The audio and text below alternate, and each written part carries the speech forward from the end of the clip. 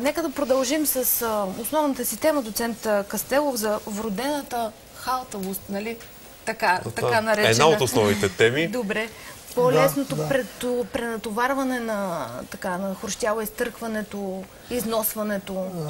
Вродената халтавост, по хлабавите връзки на ставите, се предава по наследство и то по-често по линия на майката.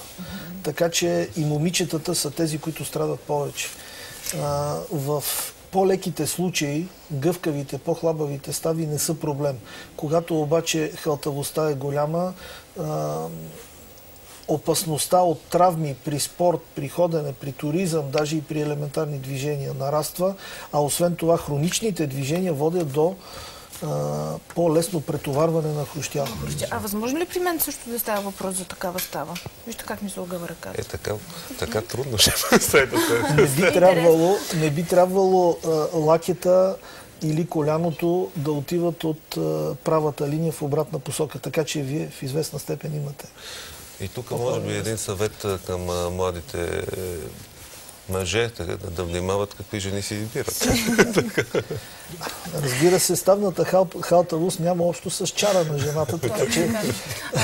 Добре, възможно ли е това в крайна сметка да бъде, как да кажа, диагностицирано още след раждането на детето? До 40-я ден знам, че трябва да се направи профилактичен преглед и да се установи на този преглед, да речем, че все пак трябва да се предприеме на лечение навременно. Може чрез някои косвени белези, чрез ехографски изследвания, чрез други образни методи, може да се установи, че има проблем с костната система.